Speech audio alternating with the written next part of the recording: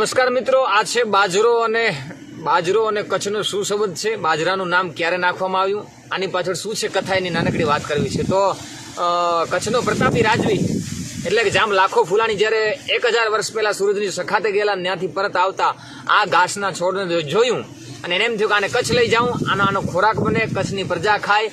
એને અહીંયા લઈ આવવામાં આવ્યું અને એને વાવણી થઈ, એનો રોટલો બનાવવામાં આવ્યો અને પછી એમ થયું પચશે કે નહીં.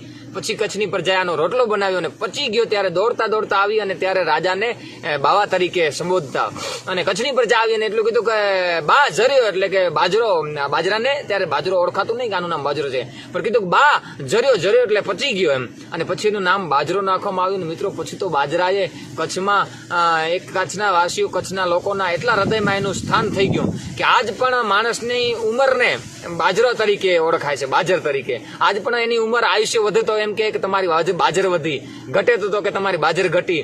અને આ બાજરો કચ્છનો એક એવો મહત્વનો દાન છે. કચ્છમાં રહેતા લોકો જો ઘઉં ખાતા હોય તો એ બીમારીનો મૂળ કહેવાય. કચ્છની ખોરાક જ બાજરો છે અને કચ્છમાં જેટલો બાજરો મીઠો થાય એટલો બીજે ક્યાં, અત્યારે તો બધી જગ્યાએ બાજરો થાય છે, પણ કચ્છમાં જેટલી મીઠાશ થાય બાજરાની એટલી બીજે ક્યાંય થતી નથી. એટલે તો દોહો બોલાણો છે કે બલિહારી તુજ બાજરા અને તારા લાંબા પાન, બલિહારી તુજ બાજરા તારા લાંબા પાન, ઘોડાને આવી પાંખ્યું અને બુઢા થયા જવાન, આનું નામ બાજરો.